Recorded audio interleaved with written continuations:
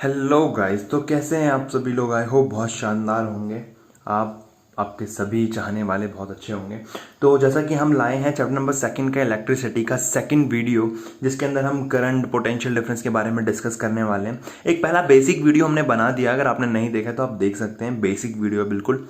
उसके बाद आइए स्टार्ट करते हैं, आगे बढ़ते हैं इलेक्ट्रिसिटी के ऊपर। तो अपने पेन कॉपी निकाल लीजिए, साइड से ऐप हटा दीजिए। ओके, तो सबसे पहले बात करते हैं गाइस इलेक्ट्रिसिटी की।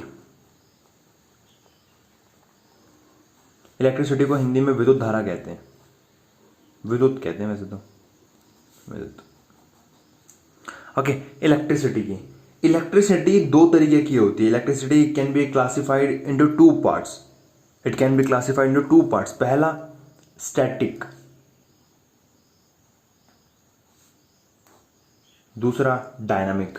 डायनामिक बोलो या करंट इलेक्ट्रिसिटी बोलो, डायनामिक और current.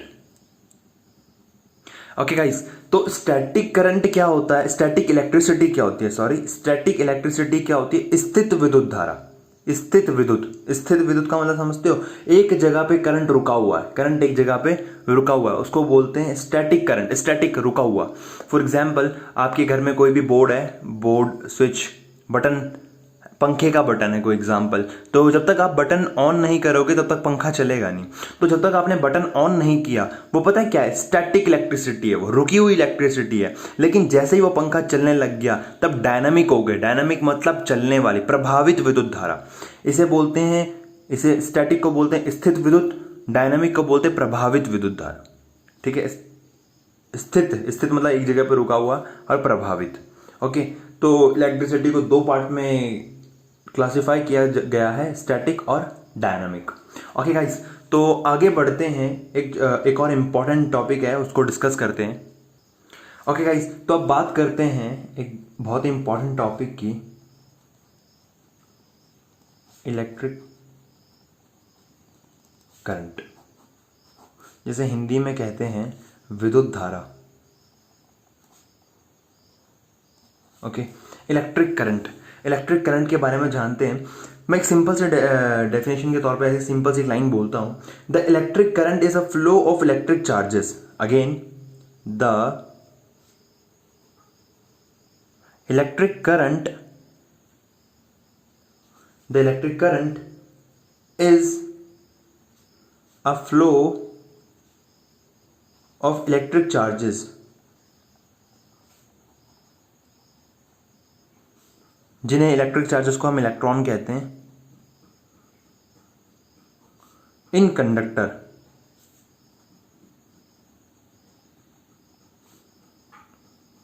Such as a metal wire. Guys थोड़ा समझते हैं इसको, चलो ठीक है।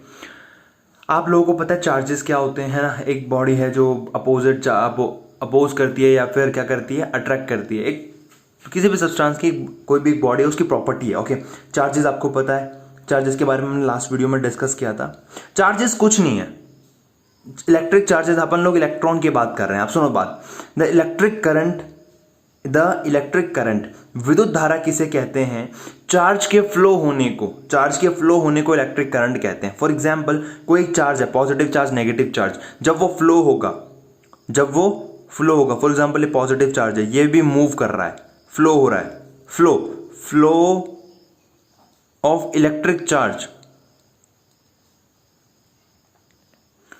जब चार्ज मूव करता है उसे इलेक्ट्रिक करंट कहते हैं।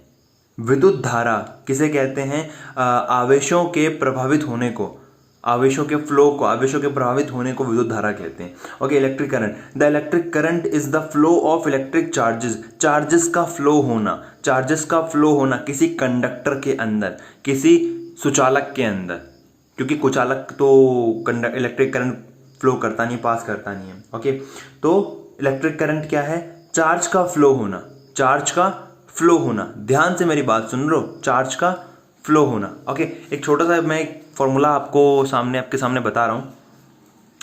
इलेक्ट्रिक करंट को आई से दिखाते हैं। करंट को किससे दिखाते हैं? करंट, विद्युत धारा को विद्युत धारा को दिखाते हैं आई से। किससे? आई से। चार्ज को दिखाते हैं, चार्ज आवेश को दिखाते हैं किससे? क्यू से। अब मेरी बात को ध्यान से सुनना, करंट को दिखाते हैं आई से, चार्ज को दिखाते हैं क्यू से। करंट क्या होता है? चार्ज के फ्लो होने के रेट को, चार्ज के फ्लो होने के रेट को करंट कहते हैं। ये कितने रेट से फ्लो हो रहा है, कितने पर सेकंड फ्लो हो रहा है आवेश, उसे करंट कहते हैं। तो फॉर्मूला क्या बन गया? फॉर्मूला गाइज ये बन गया करंट का, current I equals to Q upon में टी। फॉर्मूले को समझो, क्यू अपॉन में T, I is equals to Q upon T. Q upon T आया क्यों? The rate of flow of charge, the rate of flow of charge, किस rate से charge flow हो रहा है, किस रेट से चार्ज फ्लो हो रहा है। रेट का मतलब टाइम ही होता है, रेट का मतलब आवेश के प्रभावित होने के दर को, आवेश किस दर से प्रभावित हो रहा है उसको इलेक्ट्रिक करंट कहते हैं। कितने पर सेकंड कितना चार्ज फ्लो हो रहा है उसको इलेक्ट्रिक करंट कहते हैं। तो गाइज ये सिंपल सा फॉर्मूला है, इसको ध्यान में रखो। क्या? I इज इक्वल्स टू क्या क्या क्या क्या क्या क्या चार्ज अपॉन में टाइम। तो आपको पता है, मैंने लास्ट वीडियो में बताया था कि चार्ज का एसआई यूनिट क्या होती है, चार्ज की एसआई यूनिट क्या होती है। बहुत सारे बच्चों ने जवाब दे दिया कूलम्ब। हाँ बिल्कुल, चार्ज की तो एसआई यूनिट कूलम्ब होती है, लेकिन करंट की जो एसआई यूनिट होती है वो होती है, मैं यहाँ पे लिख देता हूँ, SI unit of current is ampere. Ampere इसको ए से दिखाते हैं, एम्पियर को किससे दिखाते हैं? ए से। आईपीएल नहीं है वो, एम्पियर। करंट की एसआई यूनिट क्या होती है? एम्पियर। जैसे चार्ज की एसआई यूनिट क्या होती है? कूलम्ब। कूलम्ब को सी से दिखाते हैं, तो एम्पियर को ए से दिखाते हैं। हिंदी में भी एम्पियर ही बोलते हैं। ओके, अब गाइस पता है, मैंने जैसे कि आपको बताया कि करंट का फॉर्मूला क्या होता है, करंट का formula I equals to charge upon में टाइम, चार्ज अपॉन में टाइम। तो करंट की एसआई यूनिट क्या होती है? करंट की एसआई यूनिट होती है एम्पियर, ए से दिखाते हैं एम्पियर को, कैपिटल ए से।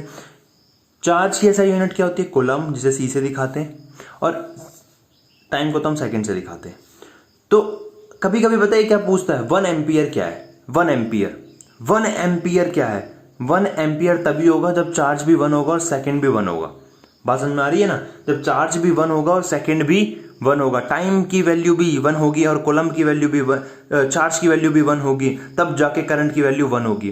तो वो पूछता है एक्सप्लेन, वो कहता है एक्सप्लेन 1 एम्पियर।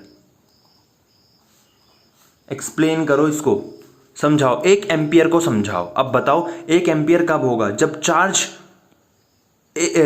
कितना होगा? 1 कूलम्ब, और टाइम कितना होगा? 1 सेकेंड। अब थोड़ा मैं इसको एक्सप्लेन करता हूं डेफिनेशन के तौर पे, जरा ध्यान से सुनिएगा। when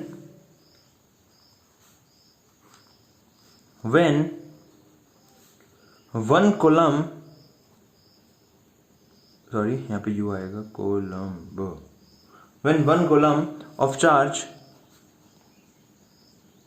when 1 coulomb of charge flow through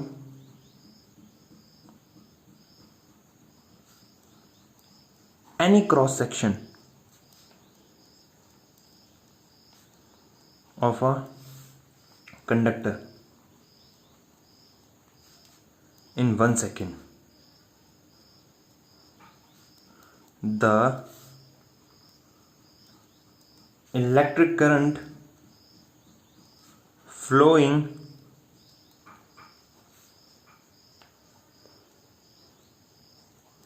through it is said to be 1 ampere. बात समझ में आ रही है? जब 1 कूलम्ब चार्ज, जब कहते हैं कि 1 एम्पियर को एक्सप्लेन करो, तो तुम्हें क्या लिखना है? जब 1 कूलम्ब चार्ज फ्लो होगा, when 1 coulomb of charge, when 1 coulomb of charge flow through any cross section, किसी भी क्रॉस सेक्शन से। फॉर एग्जाम्पल ये एक वायर है,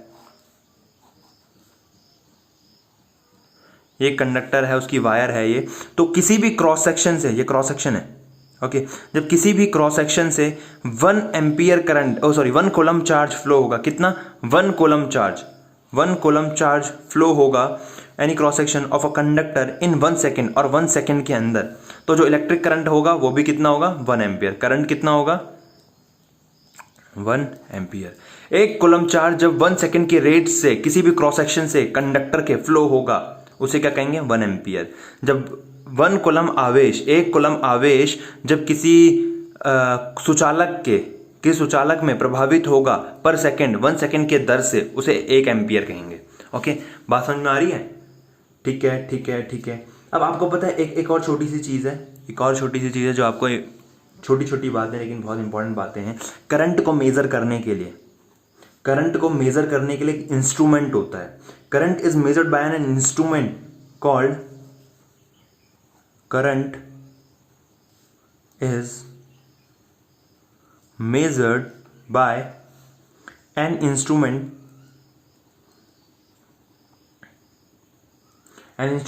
called ammeter,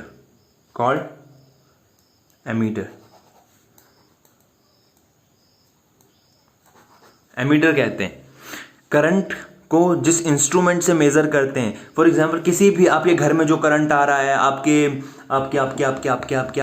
चार्जर में जो करंट आ रहा है, किसी भी चीज में जो करंट आ रहा है उसको मेजर करने के लिए एक डिवाइस होता है। करंट को मेजर करने के लिए एक डिवाइस होता है जिसका नाम होता है एमीटर। क्या नाम होता है? एमीटर। करंट को मेजर करने के लिए एक डिवाइस होता है जिसका नाम होता है ammeter. Okay okay okay okay okay, ठीक है ठीक है। और गाइस पता है 2 पॉइंट और हैं कि एमीटर को हमेशा सीरीज में लगाते हैं। और इसका रेजिस्टेंस हमेशा लो रेजिस्टेंस होता है, लो रेजिस्टेंस। अब तुम्हारे सीरीज का मतलब होता है श्रेणी क्रम में लगाते हैं, और लो रेजिस्टेंस का मतलब होता है कम प्रतिरोधक। इसका प्रतिरोधक भी कम होता है।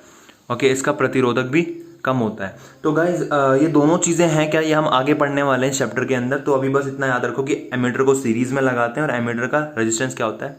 लो रेजिस्टेंस होता है। ओके, तो आगे बढ़ते हैं।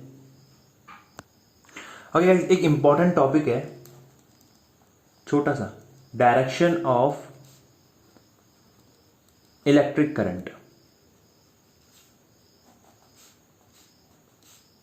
डायरेक्शन ऑफ इलेक्ट्रिक करंट, विद्युत धारा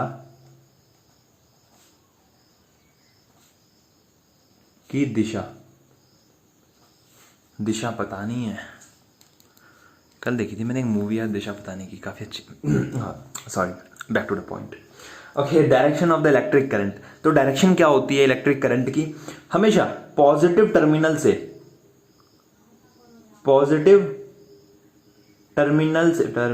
से हमेशा नेगेटिव टर्मिनल पे।